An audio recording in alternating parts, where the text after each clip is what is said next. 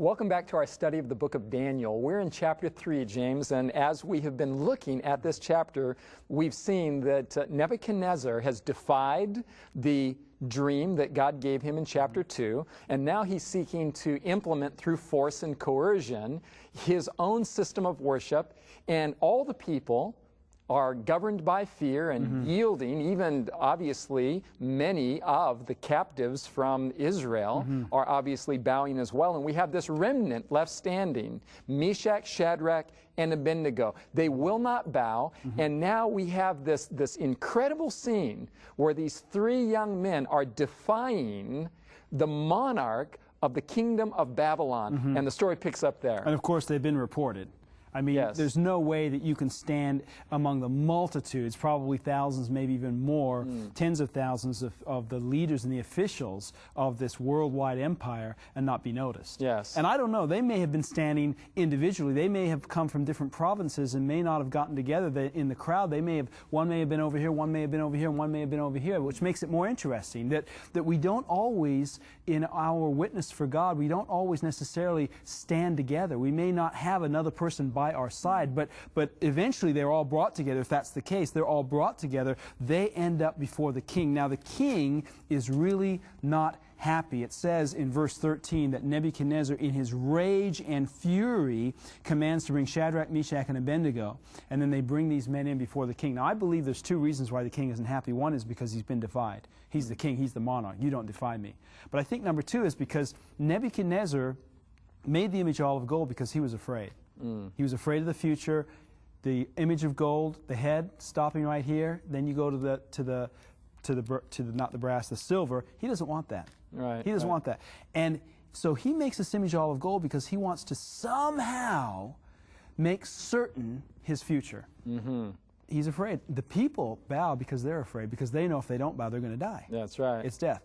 And yet here are three young men who aren't afraid. They're not afraid at all. In fact, they go on to explain to the king that they won't worship the image that he set up. They explain in verses 16 through 18, and they say with a very strong confidence that our God, whom we serve, is able to deliver us. Even if you throw us in the fiery furnace, he's able to preserve our lives. But then they say in verse 18, but even if not, even if we are cast into the fiery furnace and God doesn't preserve us, this is about something more than preserving our lives. Let it be known to you, O king, that we do not serve your gods, nor will we bow down and worship the gold image which you have set up. Whether God preserves us or not, we're not bowing. This goes back to chapter 1 and verse 8, where Daniel purposed in his heart to maintain his integrity before the Lord. It is of no consequence to them whether they live or die.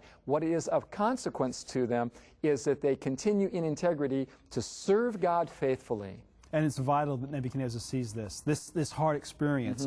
In fact, it isn't about them anymore. It is about God. And the reason why, another reason why, is not only because you see them standing and revealing something that Nebuchadnezzar doesn't have. Yes. He is afraid and they're not. And I think part of his outrage is that he is afraid and they're not. They have something he doesn't have. Well, God has led Nebuchadnezzar to an intellectual assent to the truth so far. In chapters 1 and 2, he's come to recognize that this God that Daniel and his three friends serve is a God above all other gods. He is the Most High God. Intellectually, he's converted. But now we see in chapter 3 that God is giving Nebuchadnezzar a living witness, a living demonstration of what it really looks like to serve and to worship the one and only true God.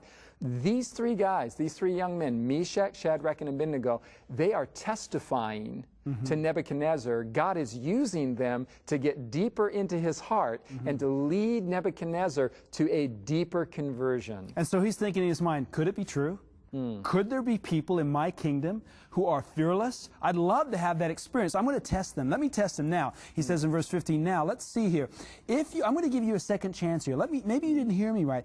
If you be ready at the time that you hear the sound of the music, goes through all the instruments, and you fall down and worship the image, which I've made well. But if you do not worship, make sure you understand this. If you do not worship, you will be cast that same hour into the midst of a burning fiery furnace. And here it is, okay? The dumbest question in the Bible. You ready? And who is that God that shall deliver you out of my hands? Nebuchadnezzar should know better. He should know better. At this point, Nebuchadnezzar should know the God who is able to deliver. God has communicated with him. God has revealed to him his dream and the interpretation of his dream back in chapter 2. And he has seen kind of a faint outline of the power of this God. But he is feeling a rather inflated sense of himself here. Plus, he doesn't know God. No, he doesn't. Intellectually, he knows. He knows about God. He knows about God. But who is this God? And can you think, Ty, just think, can you think of this question being asked not so much from the negative as it might be from the positive? In other words, Nebuchadnezzar is saying, they've got something I don't have. I'd love to be fearless like they are. I can't believe it. It upsets me that they've got it. Who is this God? Who is this God that can deliver you? In other words, Nebuchadnezzar and people just generally want to be introduced to a God who can take away all of our fear. It's as if, yes, Nebuchadnezzar is arrogant. Yes, he wants them to bow down and worship. But somewhere in the back of his mind, he's kind of doing an experiment here. He's already seen Daniel's God in action one time before. Now he is asking the question, is your God able to deliver you from me, from my power, from the fiery furnace? And he's about to get the answer to his question. We're all doing an experiment, Ty. We're all looking for that God. Every one of us is looking for that God. And we're looking for the removal of fear from our lives and from our hearts. And this chapter reveals who that God is. Now, the problem is that humanity gets in the way of Nebuchadnezzar and of us. Humanity gets in the way. And so what happens here is when he sees these young men defy him again,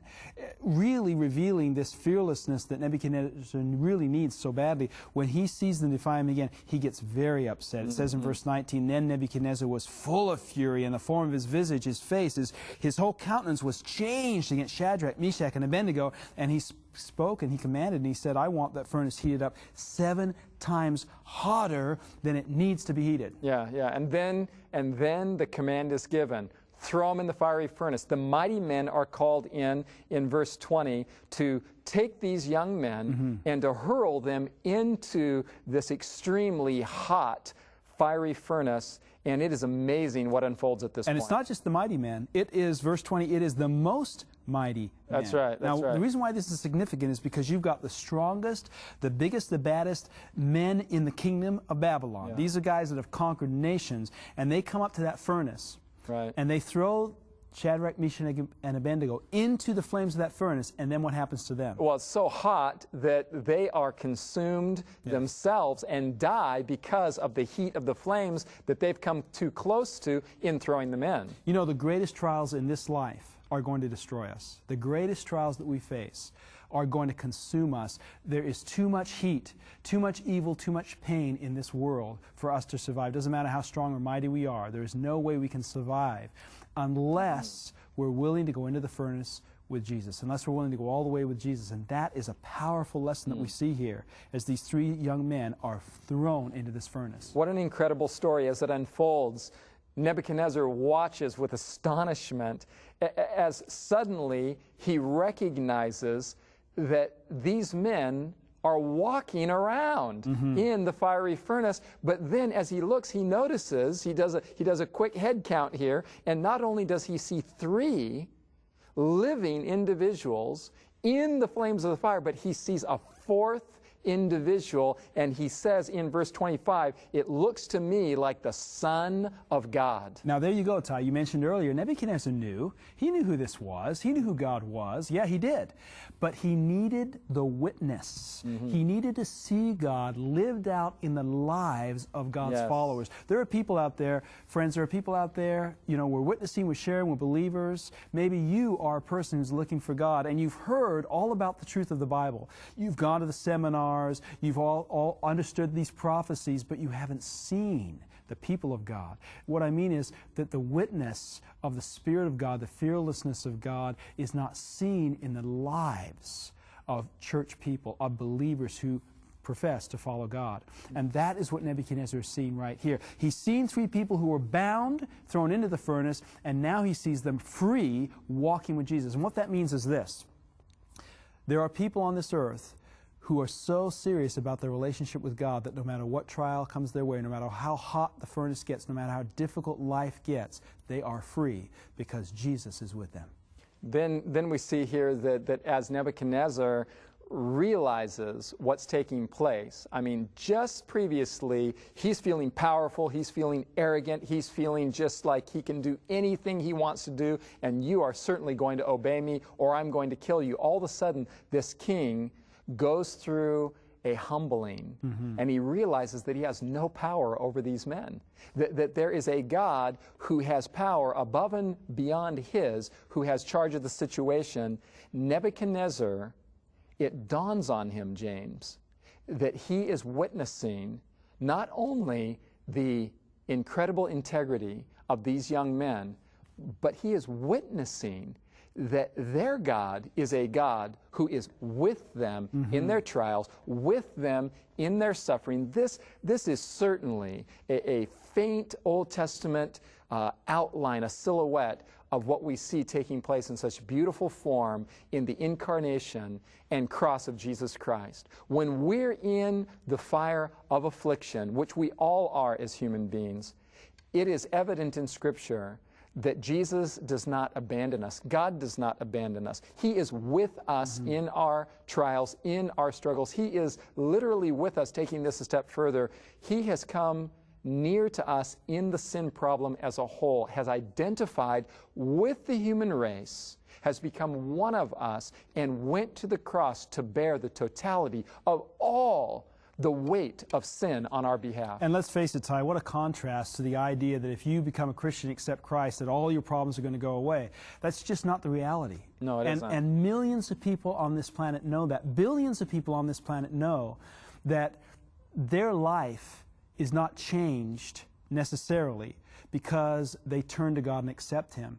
They don't need a God who says, if you turn to me, I'm going to rain down blessings from heaven and everything economically is going to be fine and all of your problems are going to be fixed. They need a God who's going to be with them through the trials and through the difficulties, who's going to give them the peace that brings them above that storm and allows them to have in their hearts and their lives the joy that surpasses all of the difficulties and trials that we face. So here in closing chapter 3, Nebuchadnezzar is brought exactly to the place he was brought to in chapter 2, where he is just praising God. But I think now he's praising God just a few steps forward from where he was before. Again, God is working out the radical conversion of Nebuchadnezzar. He is reaching into his heart. He is seeking to win him to himself. And here he again is brought to his knees before the Most High God to praise and to worship Him. He takes one more step, friends, one more step. And that's what this is all about, taking one more step to understanding who God is, how He loves you, and what He wants to do in your life.